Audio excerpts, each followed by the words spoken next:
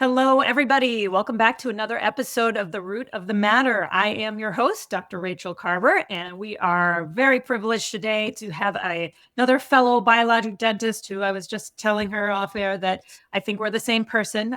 We've had a lot of very similar experiences, so I'm really excited. But we're going to dive in a little deeper on some of the biologic techniques. We'll talk a little bit our sleep apnea, that she's a member of the Breath Institute. If you've been listening to my podcast, that's one of the areas I'm really interested in learning more about the causes of apnea and other oral issues. We're going to talk a little bit more about like salivary testing and all sorts of interesting things that she's been up to. So let me introduce Dr. Toni Engram, who's an integrative health coach. She also did the IIN certification program just like I did. She is SMART certified biologic dentist and the founder of Flourish Dental Boutique in Texas. So she is fluoride-free, mercury-safe dental practice. She brings unique science-rooted perspective to oral health, combining dentistry, functional wellness, and personal experience. Healing from an autoimmune disease. Those of you who know my story, right? Sounds very familiar. And helping people rethink the role the mouth plays in overall health. Like I said, I think she's my soul sister here. So why don't you tell us a little bit of maybe your story, right? How you got into, were you doing biologic from the very beginning, or did your autoimmune condition, like me, lead you down this road? Yeah. I don't know about you, but I just wanted to be a normal dentist. And I'm not that old, but when I graduated in dental school, being like anything holistic, biological, that was definitely warned against. We were told that those people were perhaps unethical. They were seen as the lesser than dentists. So I just wanted to be normal. I But didn't even know it existed. I had no idea there was this other aspect even when I like it wasn't talked about very much. No. Um, Thankfully, God had other plans. So I was working full time as an associate. I had a toddler at home. I was opening my first practice from scratch by myself. And where I was working, it was in an area where the food choices weren't that great, and I wasn't making good food choices. Obviously, my stress level was not well controlled at all. And so I just got super sick. I started having GI issues. Turns out I had symptoms before. I just didn't know what they were. But right around that time in 2010, 2011, it really got bad. And doctors blew me off for several months until I started losing weight. Honestly, and this is TMI, but until I started losing weight and having bloody stools. Then they finally listened and did a colonoscopy and found out I had Crohn's colitis. And as I went, and I'm sure you've shared your story on your illness too, but as I dove in and went down those rabbit holes of trying to figure out how to heal, I just really saw the correlation between what I was trying to heal in my own body, which was Crohn's disease. It's an inflammatory condition caused, at least in part, by a dysbiosis, like an imbalance in the microbiome. And what I was treating in my patients every day, tooth decay, gum disease, it's all about inflammation and a dysbiosis and the bacteria of the very first part of your gut. And so I knew if I could figure out how to get well myself, then I had to figure out how to do the same thing for my patients. And so that's what got me started in like oral systemic health and learning about those, like the actual connections that I had to learn that your mouth is actually connected to the rest of the body. And then my patients really helped nudge me the rest of the way. So I would start talking about nutrition and prevention, and my patients would say, at this point, I'm starting to attract patients who are more like-minded. And my patients would say, that's great, Dr. Toni, but why are you still using fluoride? Or that's amazing, but are you protecting yourself or your assistant from all this mercury that you're stirring around in the office? So it was really my patients that indirectly, very kindly forced me to do the research and figure out that there was another way that was healthier. Yeah. I think it's so interesting. I credit so much of my education to my patients as well, because yes, same exact time period, right? 2011, when my second daughter was born. That's when all my stuff started coming out. But it was after I started looking at these different alternatives for my healing, it made me think, maybe I could be doing dentistry a little bit differently too. And then it was those patients that you were seeing and you were really like, why is that happening? I did the whole Dawson curriculum because I'm like, why is the bite messed up? Like we don't really learn too much about that at dental school. And I was like, am I screwing something up when I work on one side if it's not balanced? So I've always been that why type of person. The same kind of thing. My first introduction was via ozone because I had been doing these colon hydrotherapies. I was like, we got to clean everything out, right? Because mine was eczema, right? Which was same kind of thing. The dysbiosis, that's a little bit farther up, higher in the gut, which in me, my liver not functioning great. So things came up out through my skin, right? I couldn't get it through my colon. So all those toxins were coming out of my skin. Yeah, ozone was my first jumping off point too. What was the first thing that did you go right into the SMART certification and learning that, or? No, I really was resistant for a long time. I made changes really slowly. Like I started by just eliminating fluoride varnish in the practice and figuring out how to make that viable for the hygiene department, and still how are we treating our patients and how do we make up for that lost revenue? Man, it was really slow. And I found that the bulk of my patients couldn't hang, didn't want to hang. It was a very insurance-based practice. I was in network with every insurance under the sun. And I couldn't provide the care that I needed to give under that system. So probably the last thing that I wanted to do was try to tell my old school PPO patients that, hey, now I need to do this whole protocol and we're going to wear this spacesuit looking thing to take out your silver fillings, even though 6 months ago I took out this other one and I didn't do that. So I had a whole lot of moral dilemmas as I was transitioning the practice. So I actually happened alongside of personal changes in the family too. We had moved from the more rural town closer into the city. And so I actually sold that practice, and knowing that, hey, I really want to do things differently, but if I'm going to do them differently, I need to do it from the start. Yeah. I just wiped the slate clean. I sold that practice and I started another one from scratch. So that's how I did it. It was really slow until I just set fire to the whole thing and started over. And I wound up doing that in the middle of 2020, which in one way, I think that's good, because for me, so in 2011 was when I started learning these things. And like you, so I think this is good for any dentists out there who are interested in this, but don't know how to get started. Yeah. There's not a lot of help. The organizations, IOMT, IABDM are great. I'm trying to work with them to create more consulting type of stuff, because how do you do this? But for me, I had a very conventional practice when I bought it in 2009. And same thing, it was like little by little, I ended up getting that SMART certification, which stands for Safe Mercury Amalgam Removal Technique. And the IABDM has something called Protect. It's pretty much identical. And I had been to a dental conference. I think it was IBDM. It was maybe a combined conference, the beginning of March of 2020. And I had bought the vacuum, the vacuum that we see. And it was in Dallas, right? Yes. Yeah. I remember all of us at that one.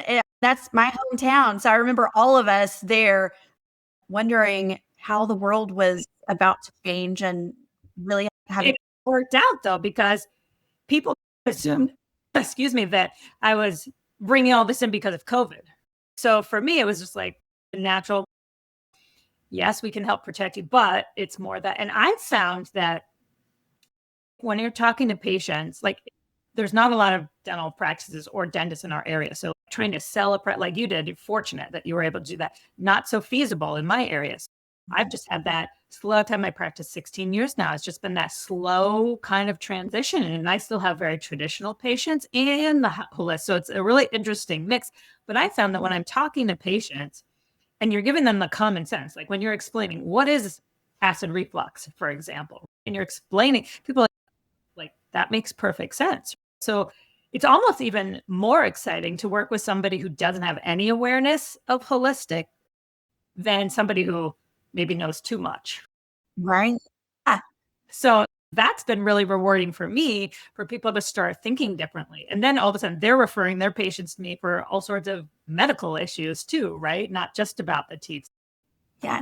I love that. But those are really two really good options. And it can be very challenging in a practice like mine where you're trying to convert. Like it is easier in one way to start over, challenging in another. Right. You got where are you going to get the patients from, right? Absolutely.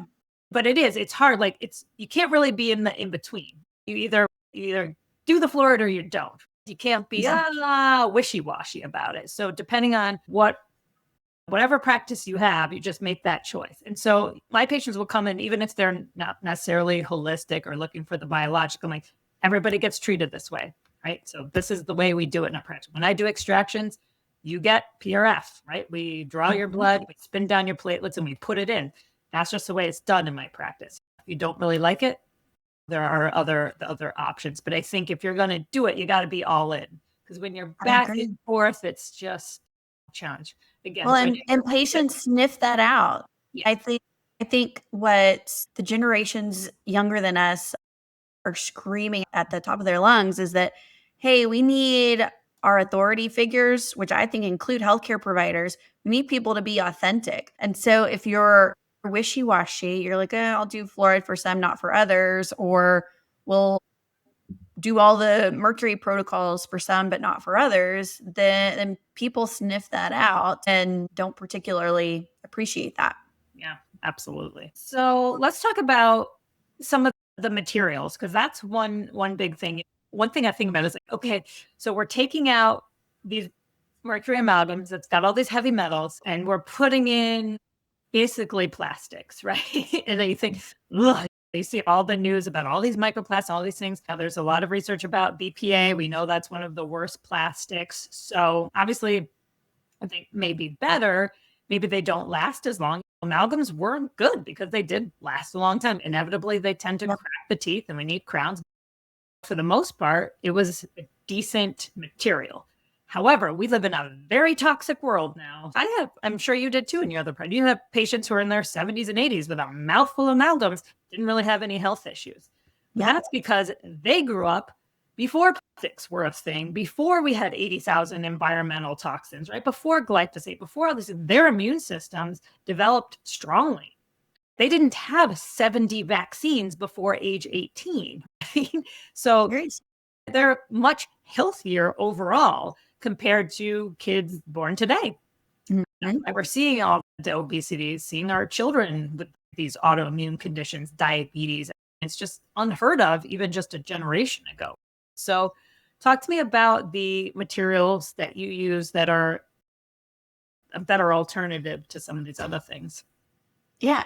And like you said, we do our best. We're really intentional. And I think that's the difference between biological dentists and maybe our more traditional colleagues, is that we're trying. We do our best. We're very intentional with the materials that we choose. So I am careful to choose materials that don't have fluoride, that don't have BPA in them. Use more of what they say are the ceramic-based composites, and porcelains where we can, zirconia where we can, things that are more biocompatible, that are at least not containing heavy metals anywhere possible, and hopefully aren't creating that galvanic battery effect in the mouth. But I still, like, sometimes my super crunchy patients, my really holistically minded ones, we've got to remind them that, hey, it's still dentistry. We're still putting man-made materials in the mouth. So nothing is going to be as natural as what God put there in the first place. But we do the best we can to create the safest environment possible with the safest materials we can possibly find. And then if we can go upstream and prevent new dentistry from needing to be done, then we're really working some magic when we can get your body to heal and do what it needs to do on its own so that you don't even have to have the restorative material, the filling, the crown, the whatever the case may be. Yeah, and that's where we're on exactly the same page. I'm so big. I am sure with your background in health coaching too, we're just so big on that nutrition and the prevention, right? Yes. Because once you cut into a tooth, we haven't figured out how to grow enamel back yet. I'm sure it's coming, but I don't know how soon. So until we do that, we want to try to prevent that. Once the tooth has got a restoration in it, that's lifelong. You're going to have that replaced probably several times. Right. What do you talk to your patients about? Let's say, I find it interesting. I have a lot of like moms who are holistically minded. They come in and they're like, I don't understand. I'm doing everything right. And the kid still has a mouthful of decay. And they say they're not using the fluoride. And then, of course, the conventional people think, oh, that's why, because you didn't. Right. So they feel like they're feeding them the right nutrition. And I'm just curious your take on that. And how do you talk to parents about prevention? I really try to approach it similar to a functional medicine physician. So we're trying to go upstream and look at those root causes. So ideally, I really want to be collaborating with the pediatrician, with whoever the medical team is. Hopefully they're more integrative and are looking at these things more strategically also. But when it comes to a mouthful of decay and we think the diet's pretty on target, then we're looking at gut health. So is the kiddo having normal poops? How often are we having poops? We're looking at the acid level in the mouth. Is the pH too low? And why might that be? And we're looking at airway. Are they breathing through their mouth at night? Or are they able to close and breathe through their nose really well? So that's when we really have to rope in a healthcare team, because if there are allergies or swollen tonsils that are contributing, that we all need to be on the same page to get kiddos breathing better so that they can close their mouths, have an adequate level of saliva that's at the right pH, and go from there. And then we're looking at kids, it's a little more transient, the microbiome. It changes really quickly, but we still want to know what exactly does their microbiome look like? Are there imbalances that we need to strategically correct in the mouth so that they can have a healthy environment that's more resistant to decay in the first place? Absolutely. So I'm exactly on that page, right? Let's look at the gut, right? Again, like you said, right? The gut starts in the mouth. So we forget this. We think yes, it does have a different microbiome. They talk to each other all the time too. So I've also found the more I'm sitting and the more I know myself as that kind of mom too, looking at the kids' nervous systems, right? So if you're mouth breathing, right, you're going to be more in that sympathetic state. Absolutely. When you are in sympathetic, naturally, like physiologically, you shut down digestion, right? So you could be eating the healthiest diet, but if you are not producing the stomach acid, you're not producing the peristalsis to move things through the GI tract, right? You're going to get fermentation. You're going to get toxic overload. You're going to get that dysbiosis. So I see a lot of moms who, they're like I was, so worrying and so fearful. I'm doing everything right. Why is my kids? But kids, especially the first 6 years of life, their nervous system really is developing based on their primary caregivers, right? And if I was this mom, so worried would not have teenagers and they buck everything I say because I came at it with this fear-based mindset that if you don't do this, such and such is going to happen, instead of being like, hey, it's all good. Let's try this or something. So that nervous system piece, I think, is really important too. So again, that mouth breathing is so crucial to make sure they're getting in that parasympathetic. Because like you said, why is the pH high, right? Why, what's happening? Why isn't digestion working perfectly? So to go really far upstream is think what's happening at that nervous system level. So I think that's what I've seen experiential wise in the last couple of years ago, I started putting the pieces together because I'm like, why? If they're doing things right and you're thinking nutrition, there has to be something else. So thinking about the saliva, though, let's talk a little bit about the salivary testing that we can do. Because speaking of this, I just recently did 2 kids. The mom asked me to do these kids, and I was like, oh, okay, yeah. And you could see there was some gut issues, and the mom is super educated and was like, I want to dive into the gut testing more. And I'm like, yeah, it's fascinating. So what kind of tests are you using to look for these things? Right now, my hygienists are getting a microscope for use chairside. We don't have one yet, but man, they are chomping at the bit to get it. So right now we use a whole lot of like an outside lab. I use Bristle because I like the diversity of the species that they test for. And Bristle's really cool because patients can order that themselves. And they've got a ton of educational materials on their website.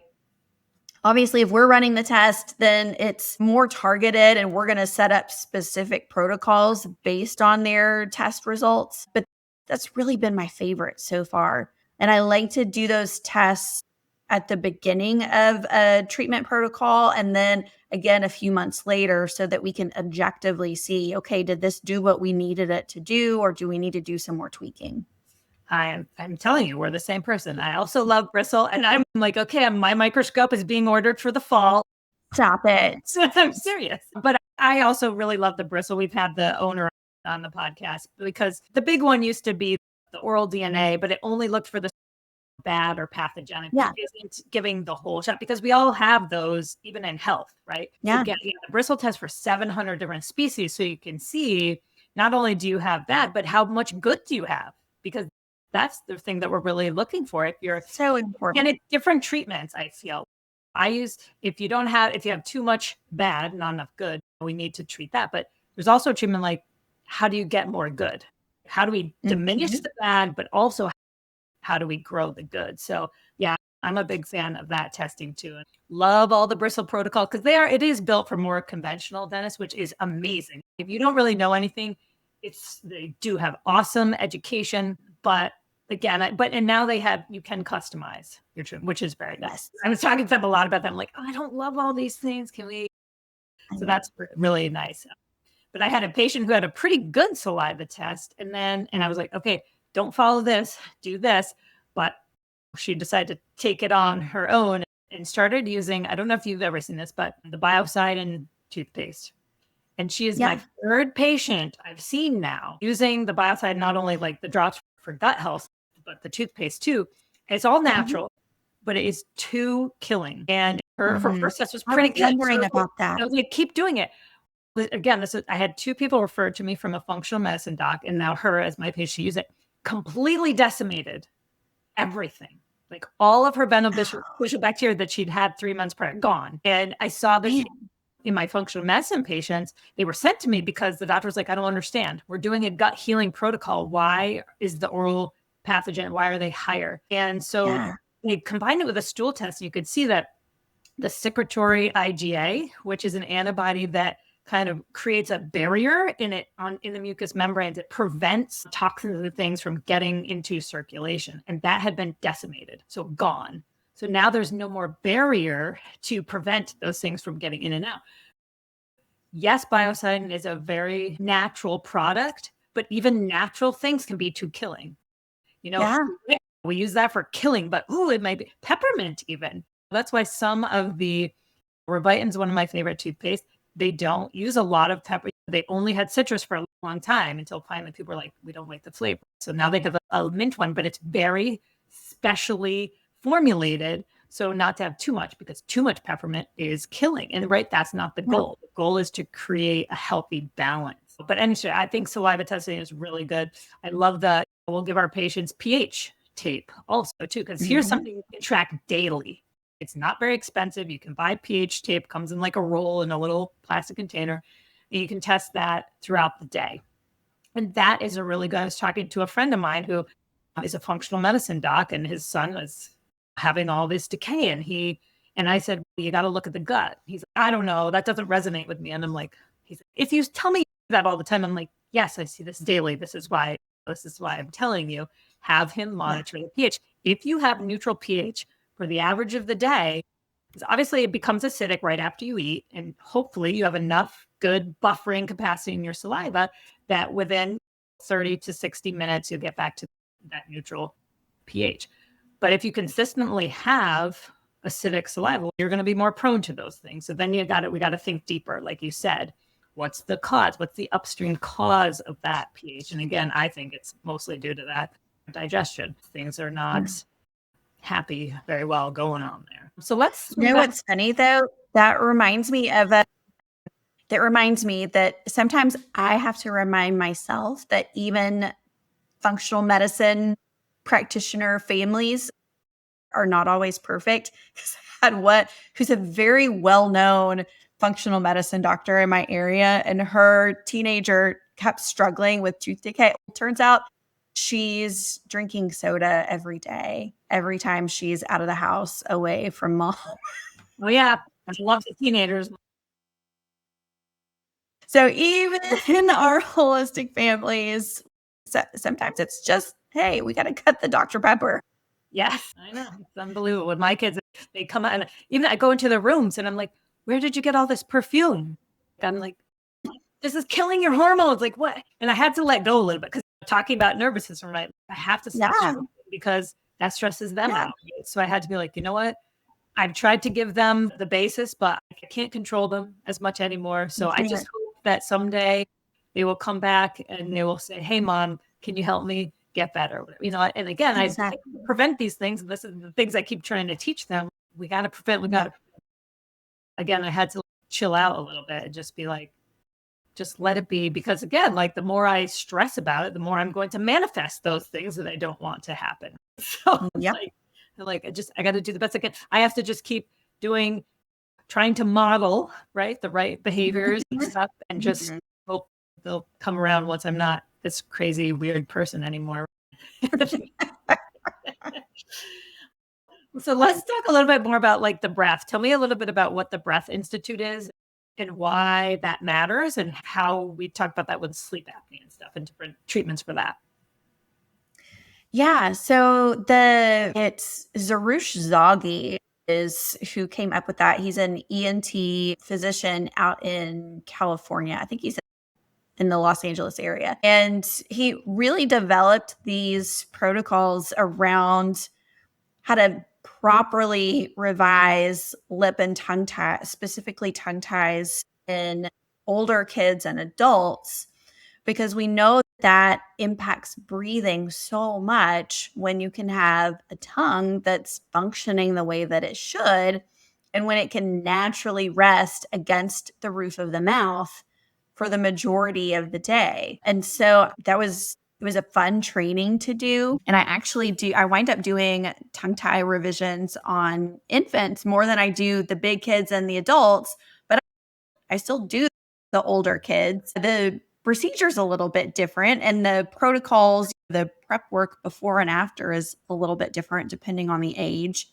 But man, we can impact so much by just helping patients be able to have functioning tongue that helps develop the jaws and the airway the way that it should, which then in turn helps them breathe and sleep the way that they should.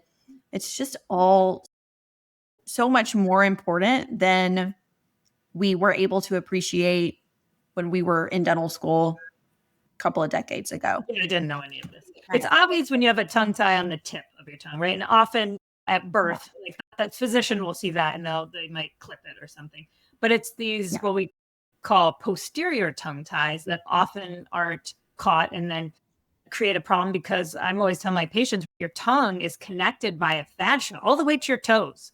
So if you have a tight pulling on that tongue, that affects all of your posture, your movements. The body is amazing and very adaptable. But think about if you have hip pain, knee pain, is that related to your bite being off? And people were like, what does that have to do with anything? As an athlete, if you get certain injuries or certain feet pattern, like bunions, right? That's a weird foot pattern. And that's related to how everything, yes, it can have a genetic component too, but again, that's all structure related. And again, since we've cut the head off from the rest of the body, right? In medicine, we never think about those things. But what do you notice, like when you do a tongue tie on, say, a teenager or an adult? What are their responses? It's There. That's what they feel, right? Yeah, just that. A lot of times and we'll take pictures before and after, and it's really cool because when you take a picture from the side, most of the time when they're starting, they have this super common forward head posture like we all tend to get over time, tech neck, staring at a computer too long, hunching over for too long. And you can see that if they've got the right body work, if they've done their myofunctional therapy, if they've done their body work, then on procedure day, literally that day, they are able to straighten their head and neck posture and reverse that forward head posture as soon as the procedure is complete, which is insane to me. It's like a weird magic party trick. And they get this parasympathetic, like automatically stimulates the vagus nerve, and they really can open their chest bigger. They can breathe better. A lot of times they'll feel like a rush of energy. So depending on how sensitive the patient is, sometimes they're aware of it, sometimes they're not, but all number of things. We'll have reducing of head and neck tension, an easing of some of their shoulder tension. Anybody who gets tense kind of in their traps, a lot of times that will finally relax when they get the tongue tie released. And then obviously a lot of times they're breathing better and they're sleeping better, which means overall their health tends to get better over time. Yeah, it's amazing. And if we think about temporomandibular joint disorders, so much of that can be muscle related. And so we always as that TMD, you think, do they have a tongue tie? Is there all this tension right in these areas? And could part of the picture be that tongue? We tend to make splints, and this is what we learn, right, in dental school, maybe a little. Make all these splints and throw all these things, but to me, it's a Band-Aid because you're addressing the symptom. You're not really addressing, well, why is that joint like that in the first place? I think as biologic dentists, we're always asking that question. Why? What is the cause? Let's think upstream because we want to be able to solve stuff. And like you said, we're so interested in prevention. And so we think a little bit deeper versus just, because in conventional dentistry, your toolbox is about this big, maybe you have a few things in your toolbox. As biologic dentists, our toolbox is enormous because we're just thinking outside of the box, literally. And what are these other modalities that we need to look at or think about? And also really thinking about how the entire body is connected, right? And so we need to think beyond the head and the neck and how these things are impacting all of us. So tell us about sleep apnea. You use the Fotona laser like I do for a procedure called night laze. So again, how do you go about deciding whether they might be a good candidate for the laser treatment, or is there breath work involved, expansion? Tell me a little bit about your process and how you might diagnose a sleep issue. So on all of my new patients, I'm doing a CBCT to look at the airway, see anatomically, does it look like they're breathing through a nice big pipe, or does it look like they're breathing through a coffee straw? And when we're looking, if they are having sleep issues, we're always questioning, it's on our intake forms. So we're screening everyone for symptoms. And if they are having symptoms of poor sleep, waking up in the middle of the night, snoring, anything like that, and we can tell that they have excess soft tissue that's impeding the airway, if it looks like their airway is restricted, then a lot of times they're great candidates for night laze. I always want to do a sleep study just to see where they are, if they've got actual apnea or don't have actual apnea, because we want to see the full story. And night laze can be used as a treatment for mild to moderate sleep apnea, or it can be used as a treatment just for snoring. And so it can have a great impact. It can be done as a standalone. We do a few sessions, and that gives them enough excess expansion in their airway that they're able to breathe better and feel better. and have better sleep, or it might need to be done in conjunction with some other things.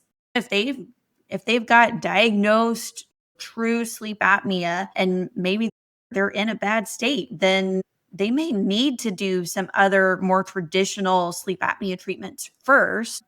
And then I'll have some patients, I don't know about you, but I personally don't do any of the adult expansion, like the Vivos appliances or anything like that for expansion. But I have some friends in the area who do those and don't do night lays. So sometimes we'll share patients because I think the night lays is really good because it's semi-permanent. It's not permanent. And so sometimes we'll do night lays to help open things up as they're starting their Vivos expansion protocols with the other provider. So it gives them some immediate relief while my colleague is literally trying to open up their airway and widen their airway some. So lots and lots of uses. I think it's really versatile and it's an expensive machine, but sure, I'm glad I have it. And I wish more people had it. Yeah. No, it is amazing. And as we were talking about before we started recording, I started to notice with my CBCTs, the 3D x-rays, that some patients had large airways, but yet they still had sleep apnea. So I started to think, okay, so there's more than just the anatomy, right? And so a lot of it also had to be breathing. The night laser is great. It's laser. It does not hurt. It's a little bit of a tedious procedure. It can be challenging, those gaggers. But it's every single one of my patients we've done, I said they immediately feel like they're sleeping better. And I think it's important to know that this is not going to cure necessarily sleep apnea, right? And like you would do the sleep study first, because if you have that severe, like you have to see the sleep physician. I'm not going to tell you, I'm going to do this laser procedure and then your sleep apnea is gone, because there's more to it than just the structure. And some people have apnea, but if you look at the back of their throat, everything looks good. But there's some people where it's really stretched out. The uvula, the taking down is really stretching. You're like, okay, we can help that, because what the laser does is it stimulates the collagen, and it stimulates the collagen to plump back up and go back to where it is. But that again helps open the airway, but we still got to think, why though is that happening? Sometimes it's structural, right? So I like to do the opening devices. I think they're absolutely amazing. So it's like in conjunction, because when you're opening it with an appliance, you're getting at the root cause of it, right? So you're opening that. A lot of people, I started noticing even better success with night lays when I started giving a homeopathic sanguinaria, because that's known for snoring and sleep apnea, and having them do myofunctional exercise. So there's my favorite website it's on YouTube, 6 exercises for snoring and sleep apnea. So and then the person has to be compliant, obviously. But again, it's not just about the laser or just about the appliance, right? We got to think holistically and 3-dimensionally about all these issues when they start doing the tongue exercises. Because we said, just like with the tongue tie, we can't just go in and cut your tongue tie. You've got to prepare the tongue. You got to, especially if you're older, right? With a baby, it doesn't matter. They haven't learned too many bad habits yet. But as an adult, you've been using the tongue in a certain way for decades, perhaps. You have to retrain that. So again, a lot of it is snoring, because I started snoring a decade ago and I was like, what's happening there? My collagen's starting to droop a little bit. My airway didn't necessarily change, but stress and breathing patterns and all these things. So had to really teach my tongue where it's supposed to be. Like you said, it's supposed to be on the roof of the mouth. And my mouth would fall open. So when I first started doing like mouth taping, I was like ripping it off in the middle of the night, because I was like, oh my gosh, I'm not used to breathing through my nose. And so again, like you retraining your nervous system. And I think we know central sleep apnea is due to brain activity, but even some of all breathing pattern is related to the nervous system. So we've got to retrain that nervous system if we want to get total resolution. So the patient kind of has to buy in. There's some homework that has to be done. That's why I talk to my patients all the time about being partners. Like, I can help you, but you got to meet me halfway. And what's interesting too, especially the age range where we usually start seeing symptoms of this, is for women, it's right around the time of perimenopause leading into menopause. So we can't discount the fact that a lot of times there's a huge hormone component to this. And so we've got to be looking. And I think as dentists, we, like any profession, when you're a hammer, all you is a nail. Like I have to remind myself that, hey, we've got to, even as cool as our tools are, we have to look again, go upstream. Is the cause the small airway, the excess tissue, or is the cause a drop in progesterone and an increase in cortisol? Because we're all in that age range where our stress levels are higher. And not only our stress levels are higher, we've got less of the progesterone and estrogen to combat the cortisol and help keep things in balance. And that can play a huge role. So, yeah, sometimes doing nightlays and expanding the airway, if there's tongue tie, if the airway is super small, then yeah, I think doing the dentistry first makes a ton of sense. But then there are some cases, like you were mentioning, if the airway looks okay, then probably doing some airway work from the dental office is not the first best option that we should look into. It's getting that patient to the functional medicine doctor, to their gynecologist, if they have one who understands hormones, which is not always a given, and making sure that part is balanced and in check so that they have the ability to be able to breathe, even if they do need some help dentally down the road. I think that's such a major point that is really important to me as a biologist is, as you mentioned earlier, right? It's that team, right? I've learned so much because I didn't have a lot of people in my area that were like-minded. So I was learning. And that's why I went and did the health coaching certificate and learned all those kind of things. But you're so much better off as a patient, not one person. So I know a little bit about a lot of things, right?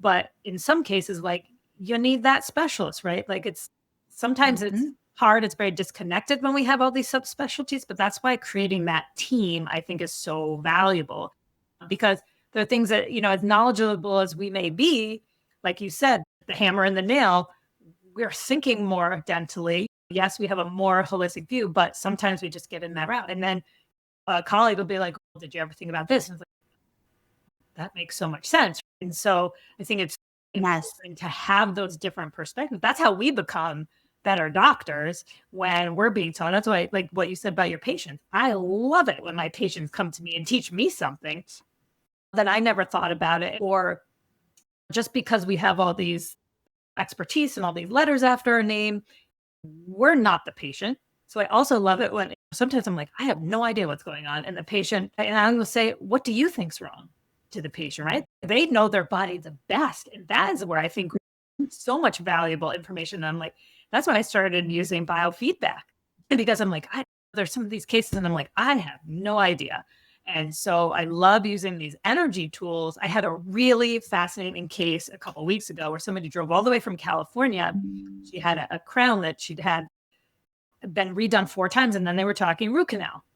And she said, she'd listened to the podcast. She's like, I just don't want to have a root canal. And I said, she didn't really have any inflammation, tooth, nerve symptoms. So I was like, it's just weird, but I don't know because the crown looked good. I took a 3D x-ray, everything looked fine.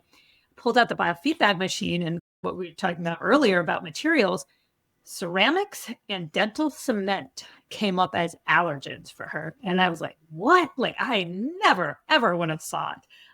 And so having that laser, I was so fortunate that I was able to take the crown off whole.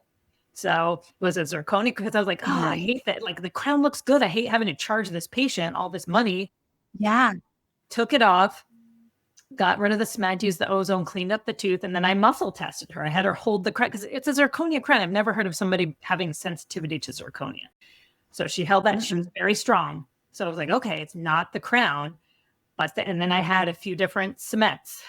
And she did not test for the resin cement. I still do have a glass ionomer cement. And the mineral-based Ceramir, she tested terribly for the resin and the glass ionomer and very strong for the mineral cement. So like, and when I took it off, it looked like she maybe had a glass ionomer cement in there. So I was like, interesting. So we were able to put that back on without having her to have a root canal. Hopefully, I haven't heard back if anything was bad or not, but I was like, how fast? And I never would have known that without that tool. Cement would never ever have crossed my mind. So it's just fascinating when you think about it. And she had said, and I had asked her, I was like, when you had the temporary on, did it bother you?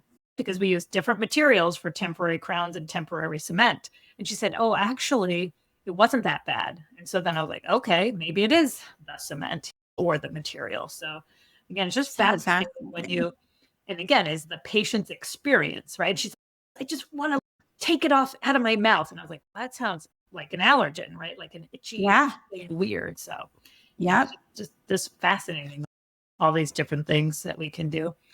Tell me about, like, speaking about a root canal. This is my biggest crux. Like, I'm always thinking, how can I prevent that? What in my powers? And I've used so many different like modalities between ozone and certain herbs and nutrition and red light. Do you have a protocol maybe when somebody comes in and they're on that fence of reversible versus irreversible?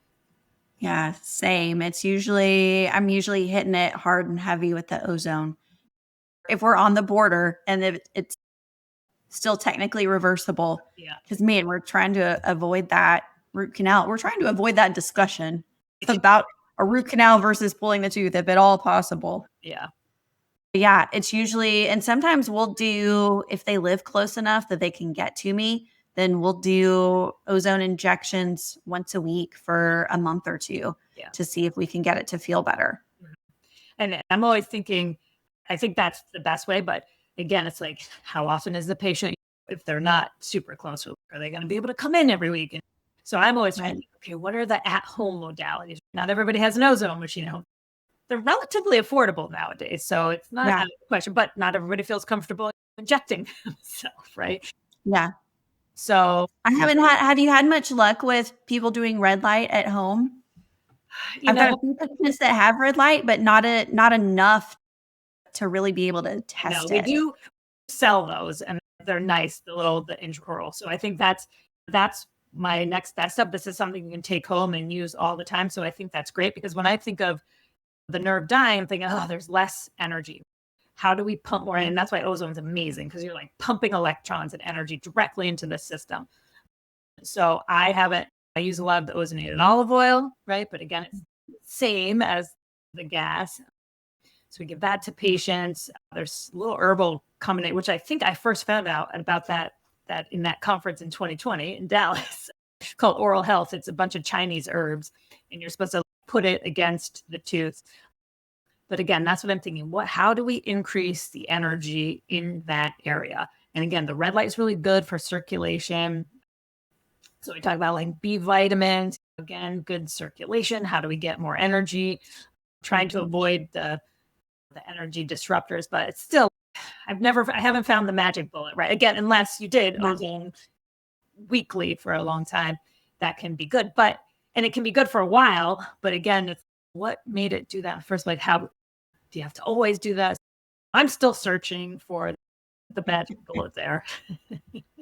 I know. And what I hope that more of my patients understand anyway is that sometimes they expect us, because we're biological dentists, because we're more holistic, they expect us to never say that you need a root canal to save a tooth. And it's not a fun conversation, but sometimes that is the conversation of hey, it's one or the other. You don't have to do the root canal, but if you don't do the root canal, then that tooth needs to go. And I hope that people understand that biological dentistry is not the same thing as supervised neglect. They are not the same, because I think sometimes that's what our patients prefer. At least some of mine do anyway. It's fine. I can just leave it. I'm like, no, that's the hard conversation, right? Because a lot of times people have these abscesses and we might not find them without a 3D x-ray, and they don't hurt.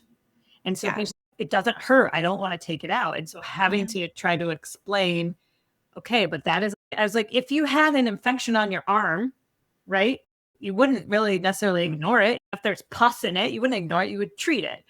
But because it's in your mouth and your jawbone, you can't see it, you can't feel it. It's hard. And I get it. it's a very hard conversation. People are coming to Biologic Dentists because they want us to save everything. And I really like that you made that comment because that's true. They do think we're going to fix everything and everything's going to be magic. And while we want that to be true, and while we're always educating ourselves and learning, it's not always possible. And that's why you and I are both so big on prevention. Right? Let's not get to the point where it gets that way. And again, don't make me have these hard conversations. Yeah, stop it. The body is so complex, and that's the value of going to the dentist more frequently. And so a lot of my holistic peers, I don't want x-rays. And I'm like, I understand, but digital x-rays now have very little radiation. You get more from the sunlight, but I can't treat you. I'm not going to take them every 6 months or whatever. Every person, we look at them as an individual. But I don't necessarily like to go longer than 3 years because a lot of things can happen, right? But I need to have a baseline. And I need to know, like, it's on me. If I don't take the x-ray and something happens to you, I'm at fault. Even if you signed something that refuses, I am still at fault. In the legal system, it is still my fault because I am the expert and I have to know better. So that's a frustrating conversation with me, with patients. It is. I get it. We use homeopathics. And before an x-ray, you want to minimize radiation or you want to help your body clear it, take a lot of antioxidants ahead of time, right? Take some high-dose vitamin C, drink some pomegranate juice, take some glutathione if you have it, like those kind of things. And then, like I said, in our office, we offer a homeopathic low remedy right after. And that, again, can help the body remove that so it doesn't get stuck in the body and cause problems. So again, nothing, if you go on an airplane ride, you get more radiation there. So there's risk everywhere in life. And we want to help you mitigate it, but we also want to catch those infections and those problems super early. And x-rays are the only way we can do that. Yeah, absolutely. We're just about at an hour. This has been an awesome conversation. Anything else you want to mention or you think that's really relevant that our patients would be eager to hear? I will leave them with an encouragement. My encouragement is that, and I know that you share this view as well, is that our bodies are designed to heal. So if nothing else, like we said, we don't want to overtreat. We don't want to undertreat, but know that we're just here to help. Your bodies are designed to heal on their own. And so I think you and I both just want we want to support people along their own journey to health and walk alongside them and partner with them. I love it. That's a perfect ending. And it's exactly how I feel too. And yes, we want to give you encouragement and optimism there that, yes, like you said, we will walk alongside you. We will help you get there. And as we continue to learn and evolve, we will bring to you, hopefully, the newest and greatest treatments and prevention. So thank you so much, Dr. Toni. And if there are people who would love to reach out to you, and we'll also put everything in the show notes, but if you wanted people to contact you, how would they find out more about you and your practice? Yeah, absolutely. So our practice website is flourish.dental, and probably our most busy platform is on Instagram. And so you can find me personally on Instagram. It's at Dr. Toni Engram, Toni with an I, Engram with an E. Great. And that'll all be in the show notes for you guys. So I hope you really enjoyed this conversation as we dove deep into the ins and outs of biologic dentistry, how to be your own best dentist here and find the right provider for you. So until next time, everyone, I hope you have a wonderful day and we'll see you then.